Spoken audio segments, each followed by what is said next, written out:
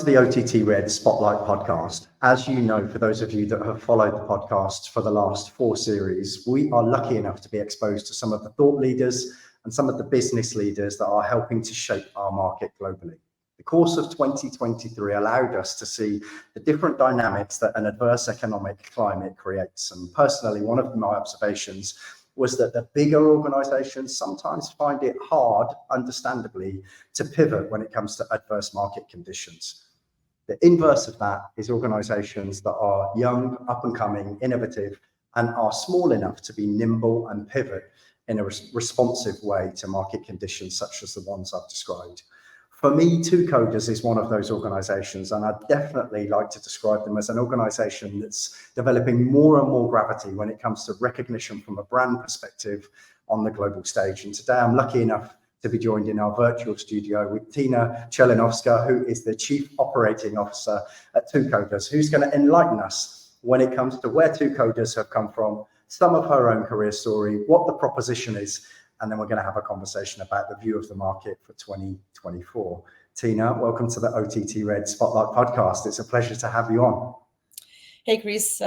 Thank you for inviting me to your podcast. It's always a pleasure to talk to you. And I'm really happy to share the 2coders story with our audience.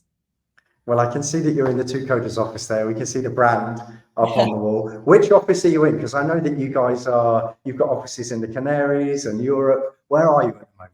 I'm based in Macedonia, in the Balkan region. Maybe it's a bit unfortunate that I'm not in the exotic islands in the Canary, but who knows? We are based in 3 locations. Our headquarters are in Gran Canaria in Spain. Our other office is in Tenerife, and this is the Macedonia office. Fantastic. So look, let's start off, Tina, with developing a bit of intimacy with yourself and your career journey. How have you ended up in this exciting position in a company like 2coders? What's your background? Well, it's a very nice story, and I will start right from the scratch. As you mentioned, I'm the Chief Operating Officer of 2coders, and I'm responsible for leading and implementing the strategic initiatives at 2coders, as well as overseeing the global operations. I'm an IT engineer, and I have been in the IT industry for over 12 years now. And my role has been really varying across project and product delivery within different industries, but mainly fintech and OTT. I've been in the OTT for over 5 years now.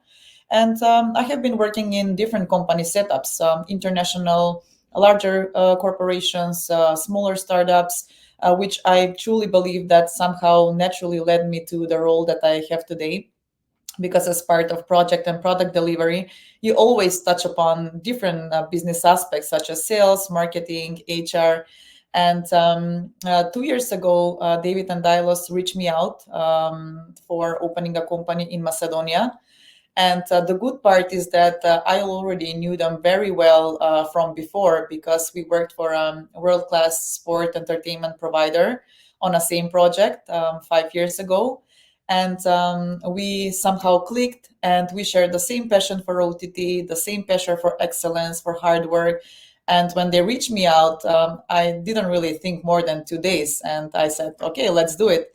So 2coders felt like homecoming to me, because I knew half of the team, I knew the co-founders, and I knew the industry. So yeah, here I am today at 2coders. You took the risk and you haven't looked back yet, I suppose. So tell us what it was like to join 2coders, because, you know, I developed an intimacy with the organization last year when I met up with your founders in London. Really energetic guys that have got a massive passion when it comes to what they do, how they do it. You know, as business leaders, the way they personify what they do is quite inspirational. And the passion, particularly that David talks about when he talks about your proposition and your ambitions. What was it like to come into an organization where you're now one of the leaders on that same horizon with those guys? You're in a different location. How does it feel as a leadership team when you're trying to drive such an ambitious company and you've just come into the leadership path? Yeah, well, it was very exciting, actually, because we had a very tight deadline when we opened the company to hire a team of 10 developers in only 2 months. And you know how David and Dilos are. We got to do it. We can do it. And I Yeah. just joined that shared passion to make the unbelievable become true. So we were super agile. They came over to Macedonia, and I remember that it was very cold here. It was minus 15 degrees when they arrived to complete the legal stuff around the company. The guys from the Canaries arrived in minus 15. Wow. That's a Yeah, real acclimatization. I really felt sorry for them, and I said, guys, I promise this is not how it looks like. It's a really unfortunate event that it's so cold when you arrived. It's not really the case most of the years. But that somehow brought up the passion even more under those weather circumstances. And we literally opened the company in 1 week, started interviewing. I remember we didn't even have an office, and we rented a space in a hotel because we didn't have where to interview the candidates. And within a month, we already have hired 5 guys, and we started the project. It was about a very big USA client, and they reached me out because I already had a big network here, and they thought of me that I might possibly, help achieve that mission, and it really happened. So after that, when we had the first team, because I didn't explain that I'm also responsible for managing the hub in Macedonia, as addition to the chief operating officer on global level, and I'm responsible for the talent growth here. So we said, okay, guys, we have the initial setup, but now we have to think about how to revamp the company operations so that we can prepare the company for a global scale up. And then what really was a challenge for a chief operating officer in the time is maintaining the quality and the expertise in OTT while facing a talent growth. We doubled in 2 years the team size, and while facing a market expansion. So I would highlight that was really the challenge, but we found our ways in how to manage that. We introduced super extensive onboarding programs, OTT oriented, and we had a big team from the Canary Islands joining here in Macedonia to help us incorporate the team within the OTT world, because we know it's a bit different compared to any other IT company. It's a very specific expertise. Then we had few meetups, local meetups that we organized to somehow raise the awareness in web versus specifically TV engineering. And we somehow started picking the right talent through this kind of events. And we formed a really great team in Macedonia. And I'm specifically saying this because the OTT expertise was already present in our Canary Islands offices for over 10 years. And the challenge was how to pass on that OTT expertise and passion to the guys here. And Some of of course, the milestones, Tina, associated to what's happened over those 2 years, 10 years, are super impressive, right? So recently celebrated the 10-year anniversary. Congratulations. thank I'm you. just looking at this list of things here. Now you've got a team of over 50 OTT specialists across those 3 offices. That's a significant critical mass in terms of the organization that started with you guys renting a hotel room to start interviewing. It must feel like massive growth within the business to know that it's gone from the size when you joined to a business of that size. How does that feel in a leadership position, seeing that kind of scale and growth already? And I know your plans are even bigger than that. Yeah,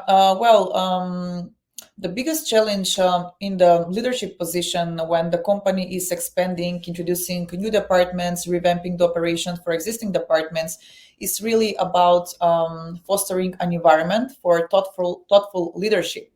And by that, I mean sharing across various departments the same company objectives, communicating the objectives in the same language, sharing the same passion, and most importantly, sharing the same work ethics. That's really important for 2coders, and that's really our company spirit.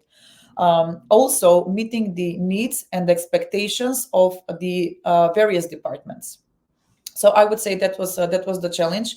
but we foster an environment of open communication, and that really comes from the top to the bottom. David and Dilos, our co-founders, are very approachable people, and they are heavily involved when needed in the engineering stuff. So their OTT expertise is shared across the company, coming from the top from them to the most junior members, and that really helps. And that's what I love about working in smaller companies. The intimacy with the leaders, absolutely. Let's talk a little bit about the tangible aspects of the business, because you've got an impressive array of organizations that you're interacting with that maybe other people might recognize more, but would be interested to hear about the fact that at least part of their proposition is actually heavily influenced, if not driven, by you guys. So, the list of organizations such as Bitmoving, Mux, Panthera, you're actively engaged with these well-known organizations on the competitive horizon. And the proposition that you develop is custom OTT development, turnkey OTT apps, and augmented OTT teams. How do you design what the blueprint is for each one of those clients? Is it a highly consultative process, or is it more of an off-the-shelf type proposition that you've got at 2coders? Well, yeah, a bit of a background. So, as we already said, 2coders is a team of 50 OTT experts, and we operate internationally. And during this, we are 10 years on the market. And during these 10 years, we have been working with world-class sport and media entertainment providers. And the verticals in which we usually work, as you already mentioned, are either we are OTT technology vendors for third-party integrations, and this is where the partners that you've mentioned come to play, such as Bitmoving, Max, and Po, CAS Labs by DRM. And our strength is that we, with the close collaboration with our partners, we are able to provide seamless integration to our clients, because we already pre-integrated our partners' products. We know how they work, and we can offer whatever works best to our clients by knowing our partners. Then our other vertical is creating streaming solutions for front-end applications, such as for smart TVs, web, mobile applications, gaming consoles. And usually we do it from just a concept to market delivery, and we offer various types of profiles to support this delivery. And then teams, augmented OTT teams that blend in our client teams whenever they need OTT specific expertise to support their IT power force. So we are mostly on the OTT service side of things. However, starting from this year, we will be launching our own in-house OTT product. And I'm really, really proud of this, because it's the first in-house product of 2coders. And we have been building this in the past year and a half. And we are super excited because it's a product that that is built by OTT experts. And it summarizes the expertise that we have gained throughout all these 10 years. I'm excited about that, Tina. I must admit, one of the things that gets me about this sector that we operate in and that we both love is the horizon of different propositions and actually how different they are. And I think one of the things that you've just mentioned around the DNA of what you're bringing to market, and I know that you're building up to IBC 2024 in terms of the really promoting this one, I'm looking forward to that, is the DNA, the fact that it's an OTT product built by an OTT organization. When you say you're excited about it, what is it that's really exciting you about bringing this product to market? A bit of a background. When we created our roadmap for strategic initiatives back in 2023, we really sat down and we were going back, doing a retrospective of our expertise and our history with our clients. And we came to a very interesting fact. If we collect the existence of all our clients with which we have worked in OTT, which is 50 plus OTT clients, it is a 300 years of existence of those companies. Wow. And that's a massive learning that you can get. There is no industry report, no white paper from which you can get that kind of insight. Just talking to the various founders of those companies that passed the streaming eras, different streaming eras within the 10 years in which we work with them. So one of our key findings, and actually we experienced this a few times, is that when we work for our clients as technology vendors that have purchased OTT streaming products from, let's say, the biggest OTT vendors in the industry, what really happens is that very easily they're missing sales windows because the OTT vendors have very busy roadmaps serving a lot of big clients in the industry, and they are not fast in delivering for them the changes that are needed to support usually their sales processes. So we thought, what if, and I don't want to say that those big OTT vendors that have worked on their streaming products for years are not impressive. Those are impressive products, complex architectures with a variety of features. But there is also, of course, a lot of legacy code, a lot of technical debt, and doing even a small change is a burden. And as technology integrators and vendors for working on for customizing their already existing products, we have faced this a lot of times. And the gap that we really see is in the way in the delivery time that these customers are served. And as a company, what really is our strategic vision, and I'm going to put this into really simple words, is that we are the end-to-end technology vendors, technology enablers for our clients to empower them not only to be able to innovate, but also to reach faster time to market, but without compromising quality. And that has always been in the DNA of how we want to serve our customers. And having this product just adds up to that vision. So really what we did is it's a Netflix-like streaming solution that covers a variety of streaming devices. And we don't aim to be the disruptors in the features that we are planning to offer. Of course, we are thinking about innovation, and we will talk about that later. But what we really want to be disruptive about is the model in which we serve this product. So this product is a plug-and-play solution, no big roadmaps. It is super granular architecture, and how we achieve this, apart from our own expertise, is partnering with a big network of players in the industry that offer video players, monetization, SVOD, TVOD, AVOD, A/B testing tools, analytics, and we already mentioned those partners. So what we offer to our clients is a solution with pre-integrated partners, so they don't have to wait for integration. It's already there. But not only that, they can choose from a variety of options. For a video player, let's take an example. We have pre-integrated 5 video players with 5 different partners. So maybe some of the partners doesn't work for you as a client. Here you go, you can pick another one. And how we think about it is a white glove concept of delivery. Pick your options and choose from the menu. So that is how we really want to think about this product. That is how it's designed. It's built for change. And so we believe that this is really needed, especially now that we expect innovations to start happening, because we know that there was no disruption in the market. And we want to be technology ready with our own experts and with our partnership network to support that coming. Tina, I listened to how articulately and passionately you talk about the product, and I think of so many questions. It was interesting when you just started your narrative around it about speed to market. That really interests me. When you were pulling this concept together, most people would drift towards the technical architecture, as you mentioned, of what it can deliver.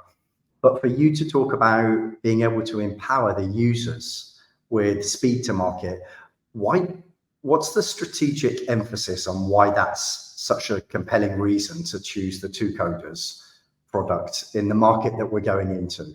Why is that so compelling for people that will potentially buy the product? Well, as I mentioned earlier, we have witnessed we have a lot of use cases when that became a problem for a business to be really successful. And I can talk about one example. We were working for a big sport streaming provider in the USA, and there was this super big streaming event that was supposed to start in a month, and then we the sales team and the marketing team needed a feature that will help them to sell more tickets for the event. And the busy roadmap of the OTT technology vendor didn't allow that change to happen, not because they didn't want it to, but simply the technology capabilities of the solution doesn't allow fast time to market. And in nowadays world, we cannot allow for 2, 3, 4 months for something to get delivered because the market is changing very fast, and you might Yeah. miss a lot of opportunities by not having fast time to market. So we truly believe that this is the key, and especially as I mentioned, because we have witnessed it several times, and by having a brand new product, made with the newest technologies, no technical debt, adapted to newest architectures, and learning from our other OTT vendors, we believe that we are able to serve the customers in a better way. Tina, I almost feel as though some of the identity of the business historically has been a bit systems integrator like. You guys can spot things where you can enhance the current posture of a client, and you can do that really quickly because you can just step into that space and you've got the competence to do so. Yeah. I know what some of your other plans are for 2024 and beyond, and some of the potential for you guys to achieve that. Are you going to be able to maintain the ability to have such a strong posture around your identity as a business and be as responsive as possible if, for example, you do achieve the ambition of being able to double the team size in 2024? That's always the challenge, and the way in which we modified the company setup during the past 2 years, before actually we doubled the team size, is in a way to have the right setup with the key people at the right structure of the company hierarchy. And of course, there is a need for open communication, fostering transparency. This is always the key. Also, when we started growing the team here, what we did is having a exchange program between the offices. So the Gran Canaria team was staying here for over a month, and then we have the team from here staying there, and somehow mixing them to working on same projects, building our product within the office. In the COVID, we didn't fully go in a remote mode. We tried to maintain a hybrid mode so that we can, foster this environment of sharing the same culture and passion. And so we also, as you mentioned, we celebrated the decade of existence this year, and we gathered the whole team for a week on the same place for the first time in Gran Canaria. And I truly believe that really helps in when you're in a position to grow from small to mid-size to bigger corporation. Having said that, I believe it's a challenge, and it's a very nice challenge to have. But with the right people, with the right culture fit, I believe we will maintain the 2coder spirit. Definitely. There's another thing I wanted to pick up on in terms of the ambitions moving forward with you. You've mentioned to me before about geographic ambitions, and I know that Latin America is potentially one of the target regions where you'd like to have enhanced market penetration. Put some meat on the bones for me around why that geography, how you see the competitive horizon, and what the actual tactical level plans are to make some traction with that ambition for 2024. Yeah, well, that has always been one of our destinations to go to. But because of the time zone difference, and the company didn't really operate internationally 2 years ago, we wanted to first try it out with a similar time zone, which was the office in Macedonia. So after revamping the company operation to be able to support a global scale up, we decided that it's a time to move to LATAM. And the strategic reason why that is happening is because of better serving to our USA clients. It has never been really a big problem to serve clients within a different time zone, but it's always better if you are able to be more hours within the same time zone as your client. I believe that that will help us to be more efficient there, and we have high demand from the USA market. We started working with the USA market 2 years ago for a very big enterprise video provider, and the project went really great, and it was like kind of our green card to say yes, we want to do this, and that somehow encouraged us to go for this office. And I truly believe that it will happen in 2024, and I hope we're ready for it. I think you're going to be very busy people in 2024. You've mentioned something else that captivates me, because it's, again, one of these frontiers that I think not only gives us an insight into where we can innovate, but it also gives potential massive reach into audiences that might be seen as slightly off-piste at the moment. And you talked about gaming consoles. You know, I recently was invited to a huge gaming event, the world finals of a gaming event by Etisalat here in the Middle East. And I went to that event, and it was like the kind of live sports event that you would expect at a football match or a rugby match. You know, thousands of people in an auditorium with these guys on gaming consoles who were on a stage that was set up to make them look like superstars. You know, it blew me away, and it really made me realize that there are massive opportunities for other types of content, but through gaming, as almost the way traditionally we've seen live sports. Right. What's your perspective on gaming from not only a content perspective, but also accessing the market who are potentially using your streaming services through gaming consoles? Because if they've got gaming consoles and they're using that as their main hardware platform, surely that's suggestive of the fact that they're active in those kind of gaming arenas from a virtual perspective as well. Is that something that you guys have got on the radar in terms of further developments or innovation? Yeah, that's something definitely that we have on our roadmap, but I wouldn't say that it's our priority at the moment. So our priority are really the smart TVs, the web platforms, and native mobile applications. We have been involved in various projects to support streaming on gaming consoles, but that was mostly sport and regular sport and entertainment media. It's on our roadmap, but it's not the top priority. The features that we are really thinking about concept-wise as part of our product in 2024 are mostly related to the big screens. Okay. And I want to pick up on a few of those points with you as well, Tina, because you've mentioned to me before how to keep people's attention on these platforms, you know, making sure that you maintain the eyeballs as such. And the kind of things that you've spoken about is collaborative filtering, emotional personalizations. That particularly interests me. I'd love to hear you expand on that one.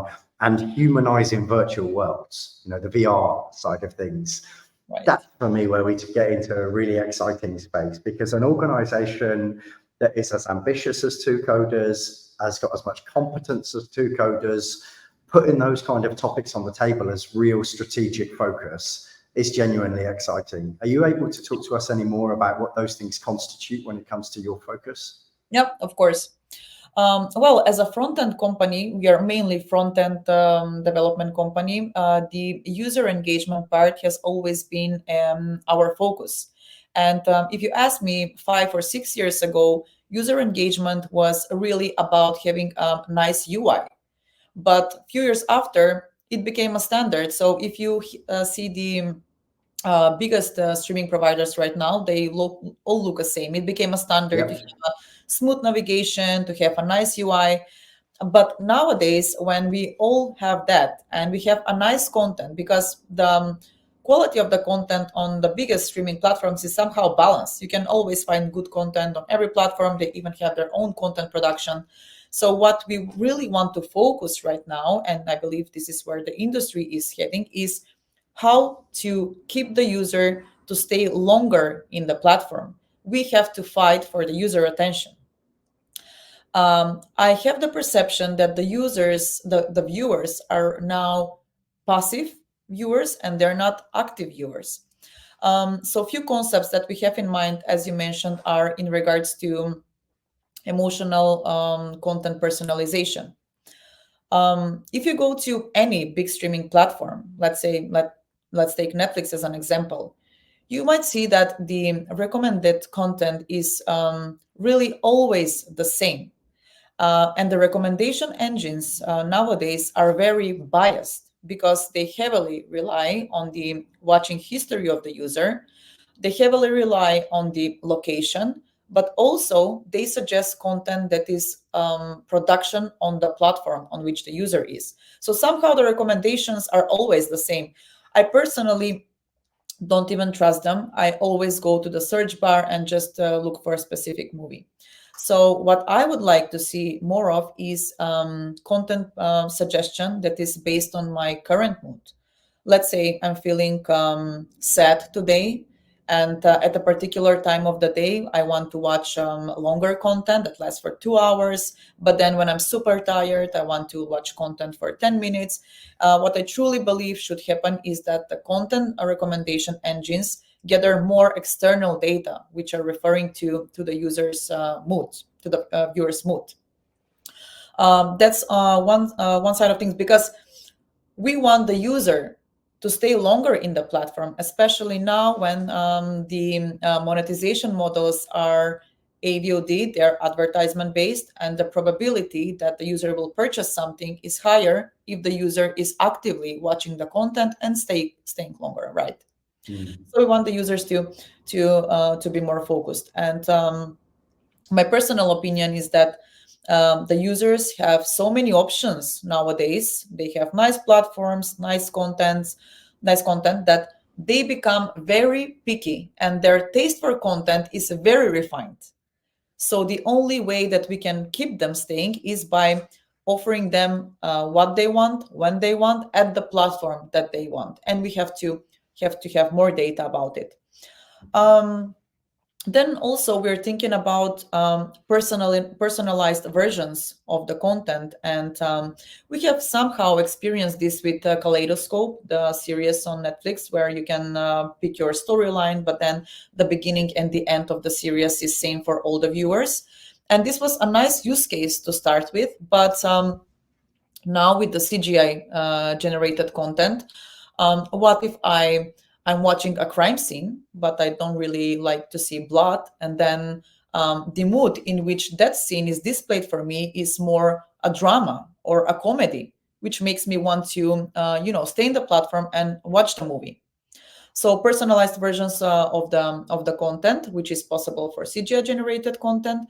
And another thing that I would mention when it comes to personalization is in the GIF preview when you're browsing the content. There is this term that is usually mentioned across different white papers, and it's called browse fatigue. You go to the platform, then you scroll down, and you don't find the relevant content. We are tired of browsing. So there are these companies that we're talking with as part of our partnership network, where you can generate a GIF for the movie, but by picking the scenes that I would most likely want to see based on the genres that I want. So if it's a crime movie and I want drama movies, then pick the scenes that are drama oriented. That will make me watch the movie more.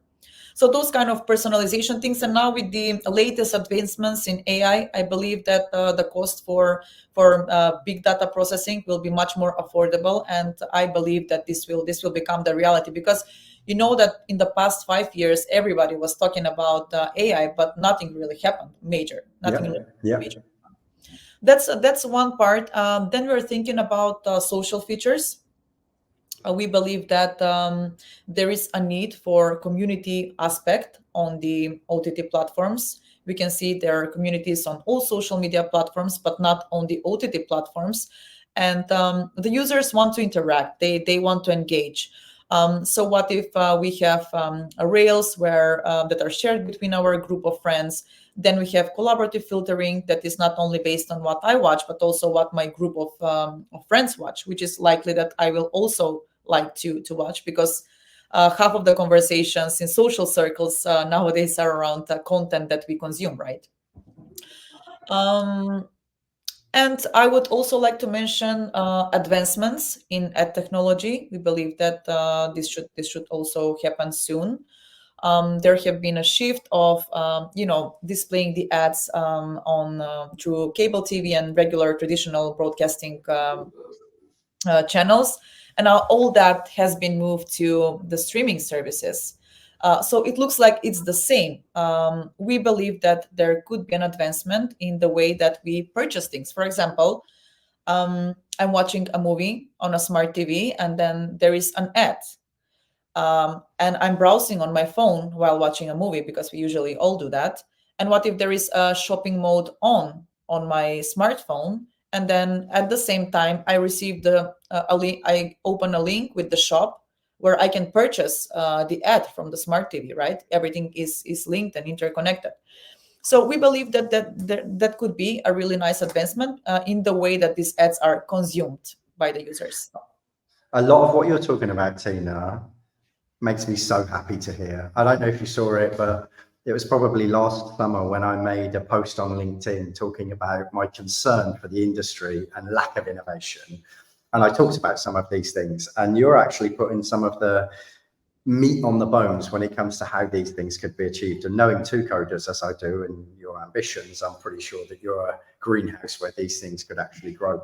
Let me just ask you a couple of questions that come to my mind whilst you're talking. Yeah. It strikes me that part of the reason for the success historically has been because you guys are so collaborative. You're so likable, you're so collaborative, and your understanding and ability to interpret somebody's situation and then mobilize a solution is kind of the signature of your style. It's part of how you've got to where you are.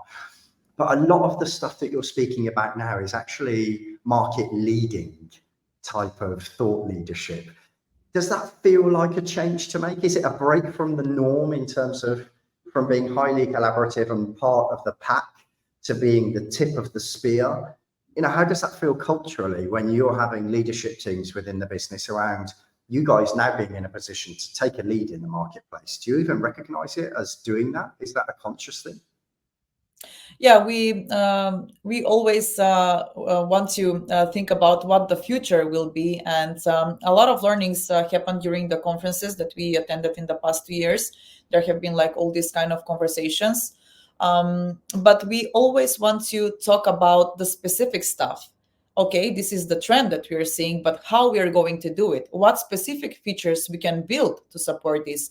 And as a medium-sized company, we definitely are not the disruptors in the market, but we want to be technology ready and concept ready when we think that these disruptions might happen. So we started thinking about these concepts, and we already have proof of concepts for some of them. But of course, we need a use case of one big streaming provider that is willing to prove the innovation against the profitability of these features, so that it becomes the standard. Because we know that when, let's say, the sub profiles were emerging, I think it was Netflix that had them first few years ago. After 1 month, all the bigger streaming platforms had that feature adopted. Yeah. So we are here, we're ready with the concepts, we are going forward with the trends, and we want to talk about it and we want to support it and have our proof of concepts. But of course, the big players are the ones that are building the use cases. Tina, what about from a business perspective, the associated costs to having all of the competence in-house and scaling up in this sort of way? Is 2coders, does it have investors? Is it entirely organic? Is the intention to secure investors if you don't have them already to help fuel the growth with these ambitions? What's the commercial model at the heart of all of these ambitions? Yeah, right now, 2coders is a company that it's not supported by any investors. It's a company on its own. we are open to any kind of collaborations in the future. We are always open-minded for any kind of company setups, investments, and whatnot, especially now that we have our own product.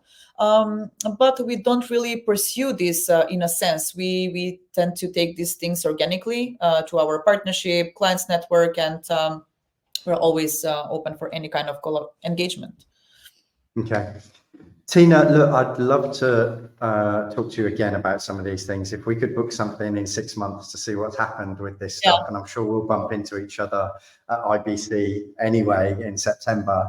But I've loved our conversation. I love hearing about innovative companies that have got the conviction at the heart of their strategy to go after these type of areas within a sector where they think there's going to be traction and create value for themselves and for the other constellation of people and individuals involved. If there was a final thought from you, Tina, around what you think 2024 is going to be like in terms of the general mood or sentiment of the sector, what would those words be?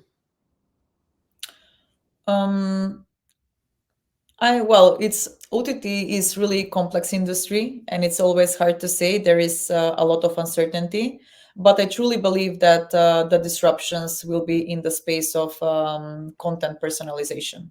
I truly believe that. Yeah, we're on the same page, Tina. Tina, I'd like to say thank you so much for being on the OTTRED Spotlight podcast. My intuition is telling me this probably won't be the last time you've got an episode on the OTT Spotlight podcast. I'd love to invite you back in a few months to update us all on how it's going. Final point, if anybody would like to get in touch with you, of the audience, either within the community or generally wider on either LinkedIn or YouTube, with this year we're planning on broadcasting these on YouTube as well, is the best way to do so through your LinkedIn profile? Yep, LinkedIn profile, and we're always available also on our website, or reaching directly to the co-founders, David and Dylos, or personally myself. But LinkedIn would be the best place. Brilliant. Tina, thank you so much for being so open and transparent and passionate and enthusiastic about telling us what 2coders is all about and unpacking what your role is within the business. All the team at OTTRED wish you the best of luck. Thank you so much. Thank you, Chris, for the nice talk. I truly enjoyed it, and I'm really happy that I was able to contribute to your amazing community. It's really gold to place for, I think, everybody in OTT, and I hope that we will talk again soon. I'm sure we will. Thank you so much, Tina. Thank you.